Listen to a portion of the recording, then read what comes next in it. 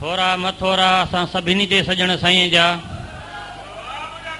थर में वारी थोरड़ी उन खां बि घणेड़ा, भलायूं ऐं भेरा असां गणे गणींदासीं केतिरा। भली महफ़िल भला माण्हू, भली महफ़िल भला माण्हू, भली आया हुयूं ॾिसण लाइ अखियूं आतियूं, से हली आया। जमायत इस्लाहुल मुस्लिमीन सिंध जे तरफ़ां मजलिस आमला 2009 जे सिलसिले मंझि असां तहे दिलि सां शुक्रगुज़ार आहियूं हुज़ूर क़िबला आलम सरपरस्त आला जमायत इस्लाहुल मुस्लिमीन पाकिस्तान महबूब सजण साईं जिन जा, असांजा जमी मरकज़ी क़ाइदीन, पंजाब ऐं बलोचिस्तान खां आयल महिमान, जमी खुलफ़ाए इकराम, उलमाए अज़ाम, ख़ुसूसन साईं नसीमन शाह साहब, जनाब ख़ालिद मुग़ल साहब ऐं साईं अलहाज हाजी खैरमन साहब, जिन जे तावन सां अॼु जो ही प्रोग्राम मुनक़द कयो वियो। जीअं त हिन सूबाई मजलिस आमला में पूरे सिंध जा टोटल ज़िला 27 ज़िलनि शिरकत कई ऐं गॾोगॾु पंजाब जा बि सूबाई उहिदेदार आया ऐं मरकज़ जे हुक्म मुताबिक़ बलूचिस्तान जा 2 ज़िला बि सूबे सिंध सां उन जो इलाह कयो वियो तंज़ीमी। उन सिलसिले मंझि बलूचिस्तान जा 2 ज़िलनि बि शिरकत कई। जीअं त ये सूबाई मजलिस आमला हिकु मजलिस शूरा तहत, सूबाई मजलिस शूरा तहत कुझु दोस्तनि जूं कल्ह शाम जो 6 बजे खां वठी राति जो 1:30 बजे ताईं ऐं सुबुह जो मुसलसल तंज़ीमी कारकर्दगी जे हवाले सां जेके बहस मुबाहिसा थिया उहे मरकज़ी क़ाइदीन जे गोशे नशीन आहिनि।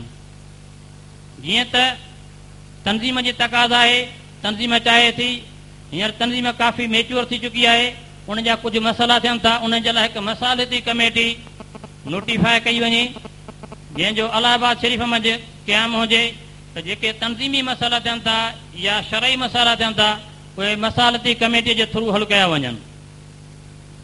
दस्तूर अमल असां वटि काफ़ी टाइम खां आयल आहे, उन ते हिन वक़्तु काफ़ी कमु थी चुको आहे। उन जो सिंधी प्रिंट अचे जीअं दूर दराज इलाइक़नि में दस्तूर अमल जी कापी पहुचाई वञे।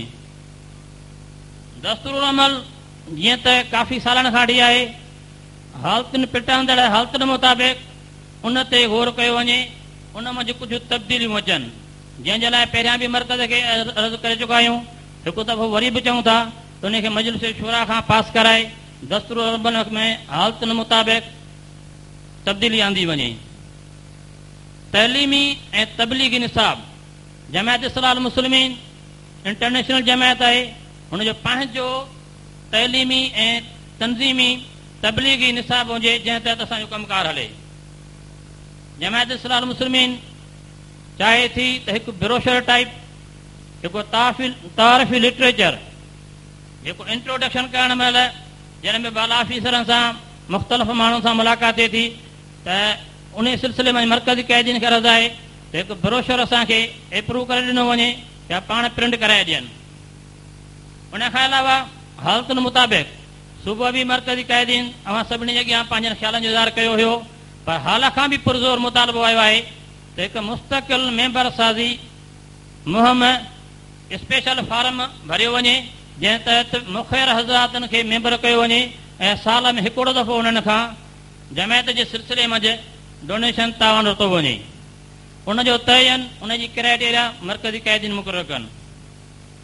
दस्तूर अमल मंझि 10 रुपया लिखियल आहिनि, उहे 10 रुपया अॼु खां 10-12 साल पहिरियां लिखिया विया हुया। हिन वक़्तु हालत मुख़्तलिफ़ आहिनि।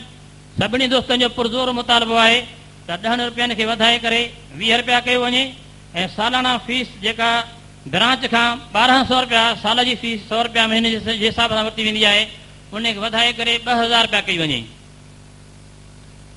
उन खां अलावा हालतुनि मुताबिक़ पुरज़ोर मुतालबो दोस्तनि जो आहे, असां ख़ुशख़बरी चाहियूं था त मरकज़ी क़ाइदीन हिकु आज़ाद टीवी चैनल अताहिर जे नाले सां इंट्रोड्यूस करायो वञे।